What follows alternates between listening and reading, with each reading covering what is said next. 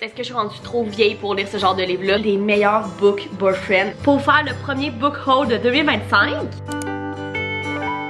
Hello, j'espère que vous allez bien. Aujourd'hui, on se retrouve dans une nouvelle vidéo. On se retrouve dans une autre Ultimate Book vidéo. C'est déjà, je pense, la troisième vidéo de ce genre que je vous fais. Je pense que je vous en ai fait deux en 2024. Mais c'est une vidéo dans laquelle on va faire plein de choses reliées aux livres. Donc, que ça soit aller book shopping, faire des book unboxing, lire des livres, donc un reading vlog, regarder ma bibliothèque, bref.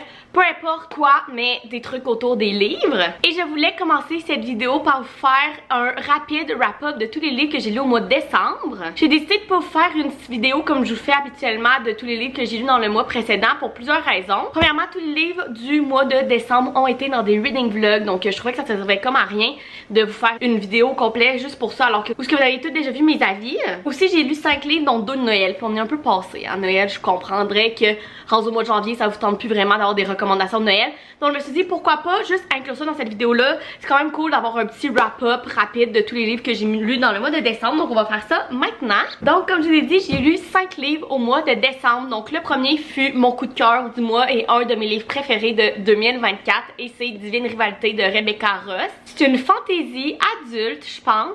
En fait, on suit Roman et Iris et les deux sont journalistes dans un journal et ils se détestent. Ils saillent sa face, les deux se battent un petit peu pour avoir une promotion, etc. Donc ils s'aiment vraiment pas. Mais en fait, Iris et Roman ont une machine à écrire un peu magique, ce qui fait que Iris écrit des lettres qu'elle pense envoyer à son frère qui est à la guerre, mais en fait, c'est Roman qui les reçoit. Donc il y a une romance un peu enemies to lovers qui commence entre les deux. Au travers de ça, il y a une guerre entre les deux dans ce monde-là. Bref, je veux pas vous en dire plus que ça, mais j'ai adoré ce roman-là. Premièrement, c'est un monde fantastique, vraiment pas compliqué à comprendre. Fait que si vous êtes quelqu'un qui veut commencer dans ce genre-là, je vous le recommande vraiment parce que c'était vraiment pas compliqué à lire. En même temps, il y a beaucoup d'action. Les personnages sont tellement attachants. J'ai adoré tous les personnages de cette histoire. Et la romance. Que dire de la romance? Elle est juste incroyable. Bref, j'ai donné un 5 étoiles. Énorme coup de cœur pour ce livre-là. Et le deuxième sort en français ce mois-ci. Donc, j'ai super hâte de le lire. C'est une duologie. Donc, ça va terminer avec le prochain.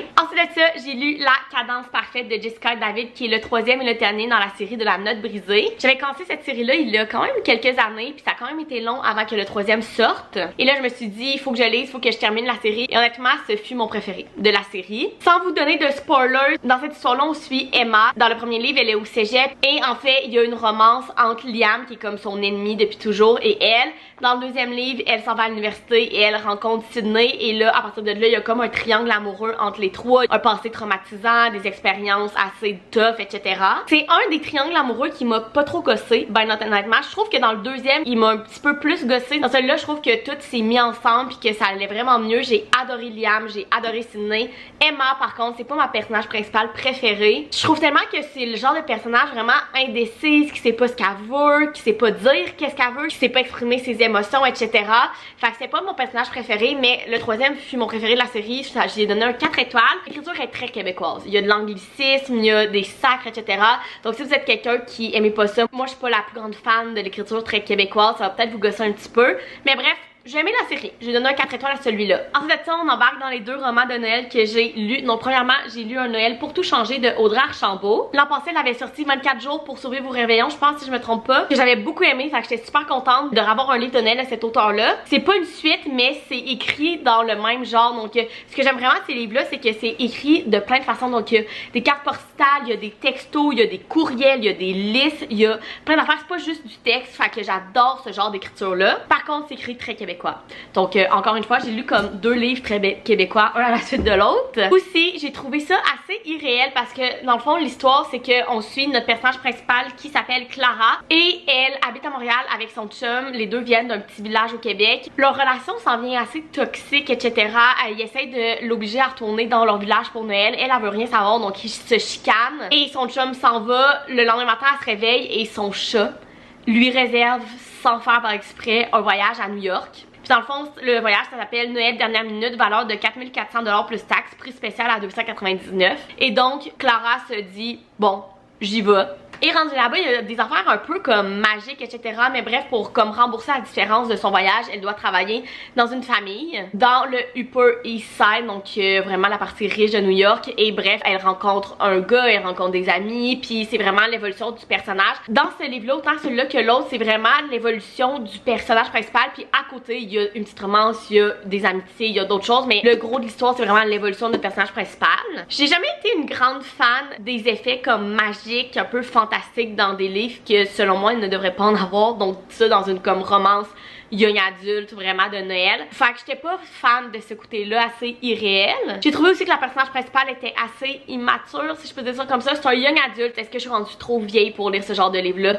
Peut-être aussi. Mais j'ai trouvé beaucoup de réactions de notre personnage principal assez immature. Par contre, j'ai adoré l'ambiance de Noël. Si vous voulez des livres avec l'ambiance de Noël, je vous conseille vraiment ceux d'Audrey Archambault. J'ai beaucoup aimé aussi l'évolution de notre personnage principal, puis toutes les relations, puis les amitiés qu'elle s'est faites à New York. Donc bref, pour tout ça, j'ai donné un 3.5 étoiles.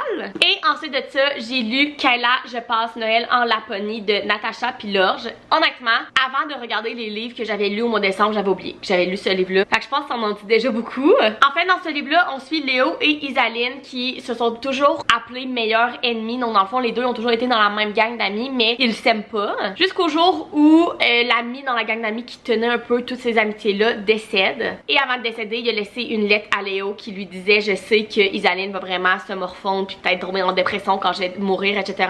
Donc s'il te plaît, est-ce que tu pourrais l'amener faire son voyage de rêve en Laponie? Et donc les 5 amis ensemble partent en Laponie pour Noël. Mais en fait, premièrement, la promesse du livre, c'est un enemies to lovers. Il n'y a pas d'ennemis là, ok? Dès les 2 premières pages, ils se réconcilient, whatever. Il n'y a vraiment pas d'ennemis ici. Je me suis pas vraiment attachée au personnage, puis honnêtement, la romance était vraiment bof. Moi qui suis une grande fan de romance puis qui veut toujours que les personnages finissent ensemble, je m'en foutais un petit peu dans ce livre-là. Par contre, j'ai 2 points positifs. Premièrement, la Laponie, c'est le pays du Père Noël, donc ils faisaient plein d'activités de Noël. Ils ont fait des biscuits de pain d'épices, sont allés visiter le Père Noël, sont allés faire genre dans des spas naturels, bref, tout ce genre d'affaires-là. J'ai adoré l'ambiance et j'ai adoré la Fond Family. C'est l'aspect du livre que j'ai préféré. Les Fond Family, c'est une de mes tropes préférées anyway, donc vraiment toute la Fond Family autour de la gang d'amis, j'ai tout aimé de ça. Enfin bref, voilà, j'ai donné un 3 étoiles. C'est pas un mauvais livre, mais c'est loin d'être mon préféré. Et puis, le dernier livre que j'ai lu en 2024, ça fait des mois que je disais que je voulais lire la trilogie d'Il était une fois un cœur brisé pendant mes vacances de Noël. Donc, avant le 1er janvier, j'ai terminé le premier qui est Il était une fois un cœur brisé de Stephanie Garber. Et en fait, c'était une relecture parce que je l'avais déjà lu. J'avais donné un 3.5 étoiles. J'avais bien aimé le livre, mais j'avais pas trouvé le spark ou genre l'effet que tout le monde trouve dans cette série-là puis qui capote. Je me suis vraiment dit que j'allais relire cette trilogie-là pendant mon temps des fêtes. J'ai relu le premier pour me souvenir de ce qui s'était passé et honnêtement, j'ai vraiment bien fait. Dans ce genre de série-là de fantasy, il est quand même important d'avoir tous les petits détails pour que toute l'histoire fonctionne ensemble. Et si j'avais pas relu, j'aurais vraiment manqué plein d'aspects. Donc je suis vraiment contente d'avoir relu. En fait, dans cette série-là, on suit Evangeline. Et Evangeline fréquentait un homme. Elle était amoureuse d'un homme jusqu'au jour où elle apprend qu'il va se marier avec sa demi-sœur. Donc là, elle est au bout de sa vie. Elle sait pas qu'est-ce qui s'est passé. Il y a quelqu'un qui lui a envoyé une malédiction ou peu importe. Mais elle a le cœur brisé. Donc elle va rencontrer une fatalité dans ce monde-là. Et la fatalité est le prince de cœur. Et elle lui demande d'annuler le mariage. Et le prince de cœur accepte en échange de 3 baisers. Donc il peut lui demander n'importe où, n'importe quand d'embrasser 3 personnes de son choix. Et donc Evangeline accepte. Et je vais m'arrêter là. Il y a beaucoup plus à l'histoire, mais je vais m'arrêter ici. Donc c'est une romantaisie parce qu'évidemment vous pouvez comprendre qu'il y a une petite romance qui commence entre le prince de cœur et Evangeline. Il y a beaucoup d'action. Bref, j'ai bien aimé ce livre-là. Par contre, encore une fois, j'ai le même avis que quand j'avais lu la première fois. C'est bon, il y a de l'action. Le monde n'est pas trop compliqué à comprendre, mais j'ai pas eu dans le premier en tout cas le sparkle que tout le monde trouve dans cette série-là. Donc j'ai redonné un 3.5 étoiles. Je pense que j'ai préféré ma relecture que la première fois que je l'avais lu. Il y a de la magie, il y a du mystère, il y a de la romance, il y a tout ce qu'on aime dans une fantasy, mais le premier n'a pas été un coup de cœur pour moi, donc j'ai donné un 3.5 étoiles. Donc voilà les 5 livres que j'ai lus au mois de décembre. J'ai eu un énorme coup de cœur ici.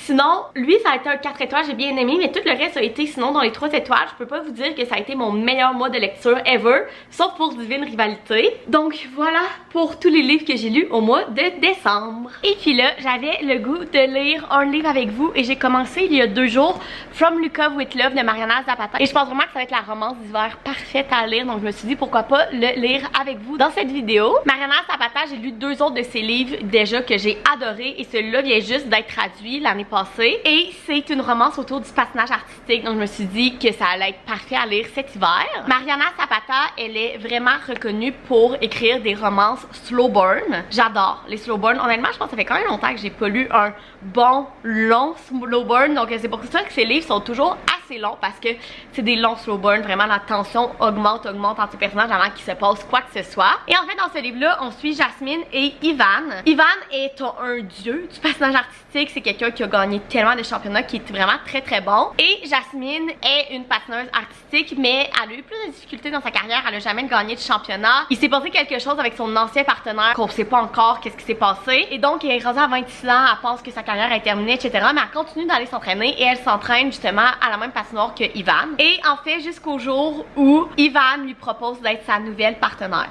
Mais l'affaire, c'est que Ivan et Jasmine se sont jamais aimés. Ils se sont toujours haïs la face. En fait, Jasmine est amie avec la sœur de Ivan, donc ils se connaissent depuis vraiment longtemps. En plus, ils patinent dans la même patinoire. Et ils font juste se lancer des insultes depuis toujours. Donc Jasmine est comme... Attends, là, tu veux vraiment que moi je sois ta partenaire, celle qui taille la face? Pour être partenaire en patinage artistique, il faut quand même qu'il y ait une belle relation entre les deux athlètes pour que le courant passe puis que tout soit beau, là. Et donc, moi, c'est là que je suis rendue, mais j'imagine qu'elle va accepter pour qu'on ait un livre, hein, on va le comprendre, et qu'ils vont faire équipe. Donc, j'ai super hâte de voir où ce que ça va s'en aller. Je comprends que ça va être sûrement un Enemies to Lovers autour du patinage artistique. Ils vont aller dans des compétitions, dans des championnats, etc. Je pense aussi que ça va être un Grumpy Sunshine parce que ça dit en arrière, il est froid comme la glace, mais leurs sentiments pourraient faire fondre le monde. Donc voilà, très hâte de continuer ce livre-là puis vous en donner des nouvelles. J'ai adoré les 2 premiers livres que j'ai lus de cet auteur-là. Fait j'ose croire que celui-là va être aussi bon. Donc on va lire ça ensemble. Fait que je continue ça ce soir. Ah, une affaire. L'affaire avec Mariana Zapata que j'avais oublié puis que j'haïs, c'est que les chapitres sont hyper longs. Le chapitre que j'ai lu hier, il faisait 50 pages. Oui. C'est la seule affaire avec Mariana Zapata là, que j'aime pas, là. Ces chapitres sont tellement longs. Genre dans tout ce livre-là, là, ce livre fait 541 pages. Il y a 24 chapitres. Attendez, on va calculer. Ça fait une moyenne de 23 pages de chapitres. C'est long. C'est vraiment long. Fait que bref, c'est la seule chose négative que je peux dire jusqu'à maintenant. Fait que je vais continuer ça puis je vous redonne des nouvelles.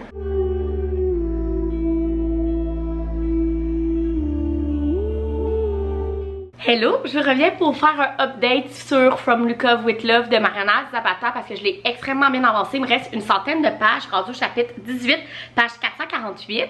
Et jusqu'à maintenant, j'adore le livre. J'adore nos personnages, puis l'évolution de nos personnages, c'est vraiment pas un Grumpy Sunshine. Au contraire, on a une personnage, Jasmine, qui est une femme qui est extrêmement travaillante, qui n'abandonne jamais, qui a beaucoup de colère en elle, je pense. En fait, elle patine depuis toujours. Elle a patiné en tant que soliste. Je sais pas si ça s'appelle comme ça, là, mais bref, tout seul pendant des années. Après ça, elle a choisi de twisté en patinage de couple. Elle a eu un partenaire qui l'a abandonné après quelques temps et on sait pas vraiment pourquoi, qu'est-ce qui s'est passé, etc. Mais depuis ce temps-là, elle n'a pas eu d'autres partenaires. Puis elle a vraiment la colère en elle de ne jamais avoir gagné de médaille, gagné de championnat, malgré son énorme talent. Et là, Lukov, qui est le champion du monde en patinage artistique, lui demande de patiner avec lui pendant 1 an. Mais ces deux-là ne se sont jamais aimés la face. Mais c'est le frère de la meilleure amie à Jasmine. C'est un best friend brother, c'est un enemies to lovers, un proximité forcée. Mais plus t'avances dans le livre, plus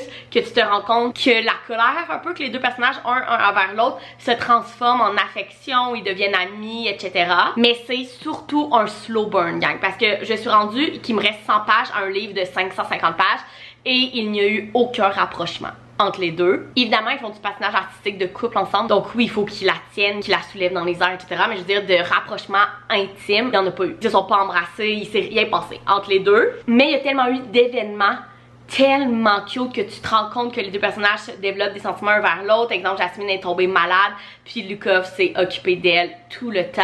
Fait que bref, j'adore jusqu'à maintenant autant Lukov que j'ai l'impression qu'au début c'est vraiment comme le gars qui pique, puis qui est comme le champion, puis qui a la grosse tête, etc. Puis plus tu apprends à le connaître, plus que c'est tout le contraire. Puis de Jasmine de l'autre côté qui a beaucoup de colère en elle, qui a toujours voulu gagner, mais qu'elle a jamais eu l'occasion de. Et que plus elle apprend à connaître Lukov, plus elle a un soft spot pour lui. J'aime aussi aussi vraiment les ambiances avec les personnes autour, donc autant la famille de Lukov que la famille de Jasmine. Jasmine a une grosse famille, là, je pense qu'elle a 5 frères et sœurs. Aussi à la patinoire avec leur coach, etc.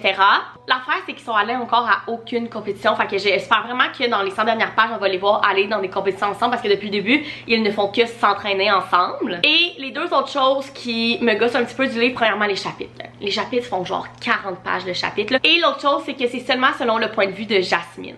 Et moi, dans mes romances, j'aime vraiment ça qu'il y ait les deux points de vue pour pouvoir voir aussi Lukov qui commence à avoir des sentiments pour Jasmine et tout. Et là, on n'a pas ce côté-là. C'est pas grave, j'apprécie vraiment le livre quand même, mais je pense que ça aurait donné un petit plus. On aurait pu avoir les deux points de vue. Donc voilà, fait que j'espère finir les 100 dernières pages ce soir. Je vous donnerai mon avis final. Mais jusqu'à maintenant, j'aime beaucoup, j'aime les tropes dans le livre, j'aime nos personnages, j'aime l'évolution de nos personnages. Ça faisait longtemps que j'avais pas lu un bon slow burn, puis Mariana Zapata est la queen des slow burn. Donc voilà, je reviens quand je l'aurai terminé.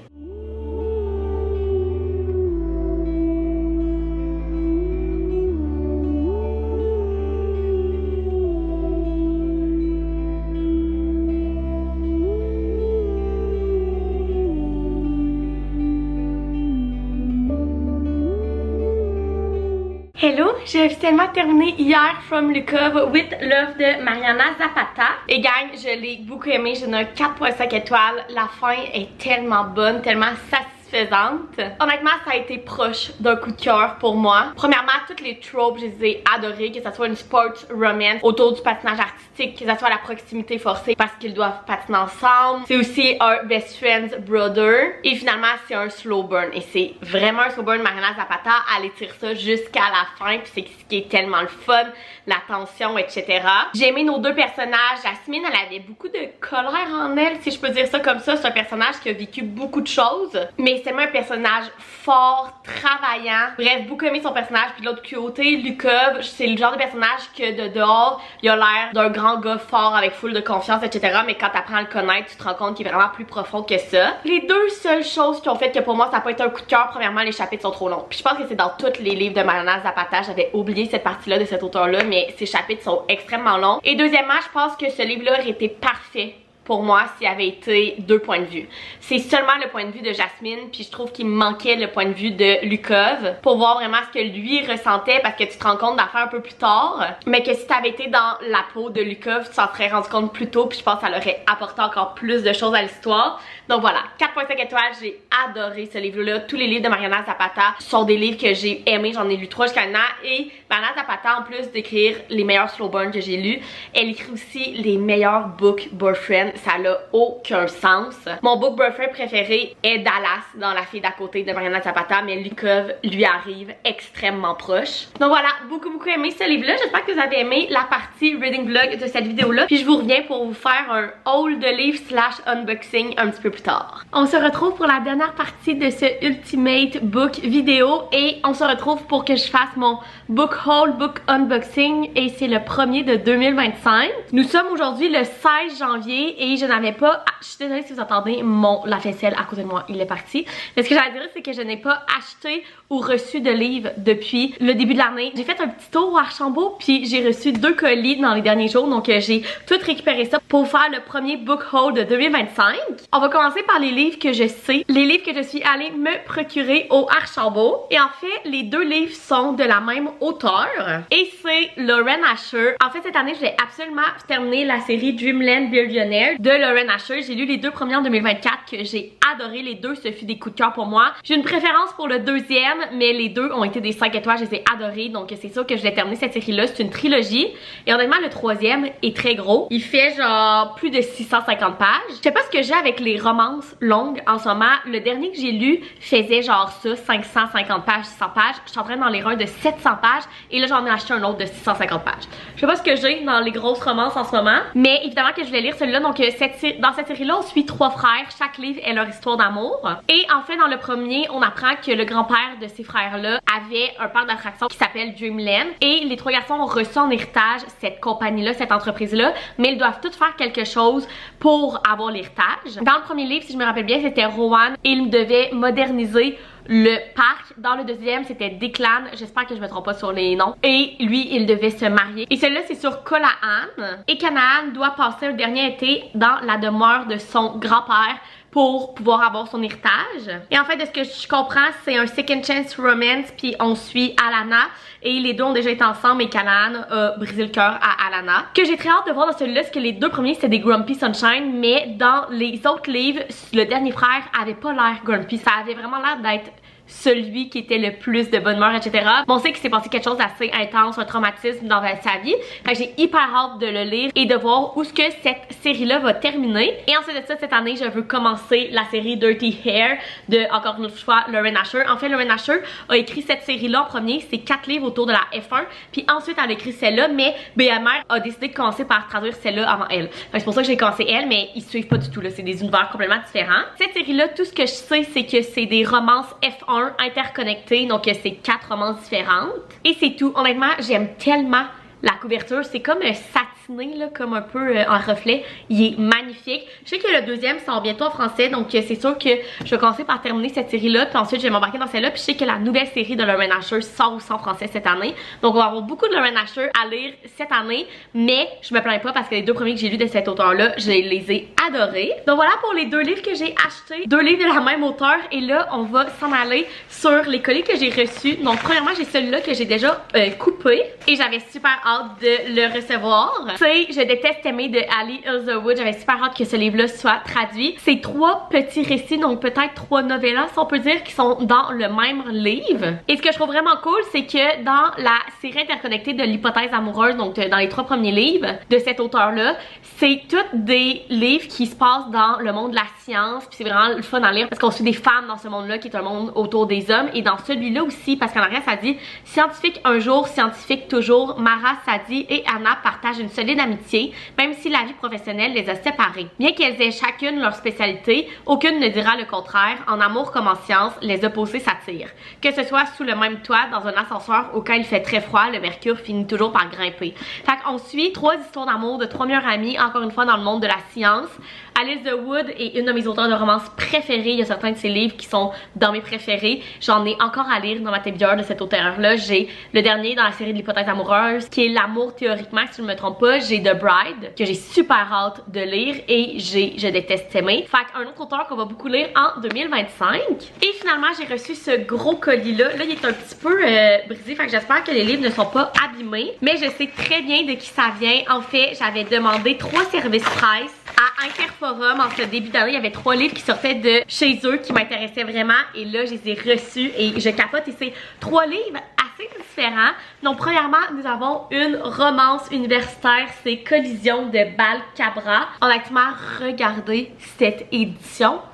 Je capote. C'est chez Roncière. Honnêtement, Roncière font des livres incroyables. De ce que j'ai compris, c'est un peu comme un Enemies to Lovers. En fait, et ça dit que Summer déteste le hockey, puis Eden est le capitaine de l'équipe de hockey de l'université. Puis en fait, ils n'ont pas le choix de collaborer ensemble sur un travail à l'école. J'ai hyper hâte de lire ça. J'en ai entendu beaucoup de bien. Puis honnêtement, ça fait vraiment longtemps que j'ai pas lu une romance universitaire. Donc j'ai super hâte de lire celui-là, puis je capote sur la couverture.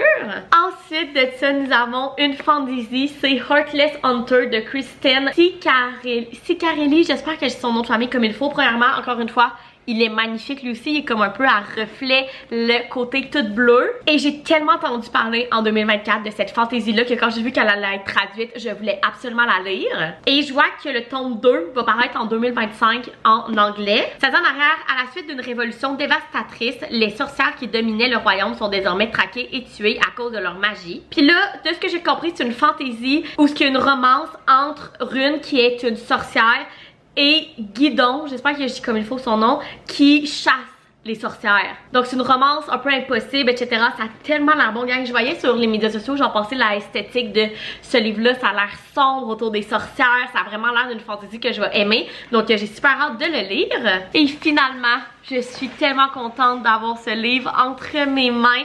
C'est Impitoyable Serment de Rebecca Ross, qui est le 2e dans la série Divine Rivalité. Divine Rivalité fut mon dernier coup de cœur de 2025. C'est une fantaisie avec de la romance autour d'une guerre, entre nos 2 personnages qui s'envoient des lettres. Bref, je vais pas trop vous en dire, mais c'est juste incroyable. Et comment le premier a terminé, je veux absolument lire le 2e rapidement. Honnêtement, si vous cherchez à commencer la fantaisie, je vous conseille tellement cette série-là. Elle est facile à comprendre, il y a tellement d'action, les personnages sont attachants, vous vous ennuierez pas. Moi, j'ai adoré le premier, j'ai vraiment hâte de lire le deuxième, donc je suis vraiment contente d'avoir reçu celui-là. Donc voilà mes 6 nouveaux livres qui sont dans ma TBR et les premiers qui rentrent dans ma TBR en 2025. Honnêtement, maintenant il faut que j'aille trouver de la place dans mon chariot pour mettre tout ça, mais j'espère que vous avez aimé venir avec moi dans ce Ultimate Book vidéo. Si vous voulez plus de ce genre de vidéo en 2025, dites-moi le en commentaire. Vous pouvez mettre un thumbs up, vous abonner à ma chaîne, puis nous on se retrouve dans une prochaine vidéo. Bye!